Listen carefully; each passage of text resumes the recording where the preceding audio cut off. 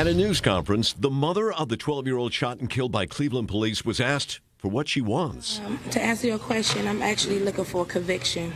Speaking publicly for the first time, Samaria Rice says as her son Tamir lay dying, she tried desperately to get to him, only to be stopped by police. As I was trying to get through to my son, the police told me to calm down or they will put me in the back of the police car. And so, of course, I calmed down.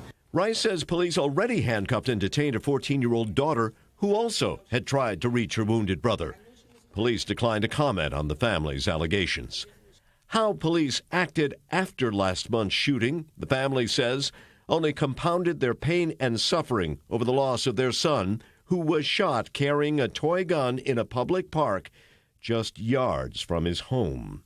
A 911 call reported someone with a gun in the park and that they believed the gun was probably fake.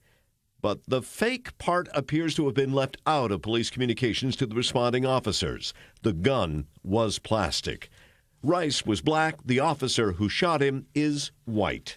And in light of grand jury decisions not to indict officers in Missouri and New York, the family's new attorney, Ben Crump, says there are concerns here. The family is very distrustful of whether local authorities will indict a police officer, even though it is very clear, very transparent that several things were done inappropriately.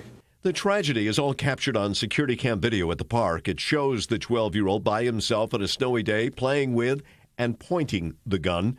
Then a police car speeds up within feet of Rice. And within seconds, two officers jump out, and the closest to Rice opens fire, hitting him at least once. He died the following day. Many are shocked at how quickly it all happens and say police, instead of de-escalating the situation with their tactics, intensified it. Critics say it's another case of police acting too aggressively, too fast, resulting in a tragedy all too familiar. Aaron, the authorities say that the two officers involved are currently on paid administrative leave. That's while the Cleveland police investigate the situation. That investigation could take until February or March. Then it's expected to be handed over to the prosecutor's office and eventually a grand jury. It should be pointed out the father of one of the officers who opened fire says that his son didn't know the boy was only 12 and didn't know the gun was fake. Critics say had they just slowed their response and been more careful, they might have known both.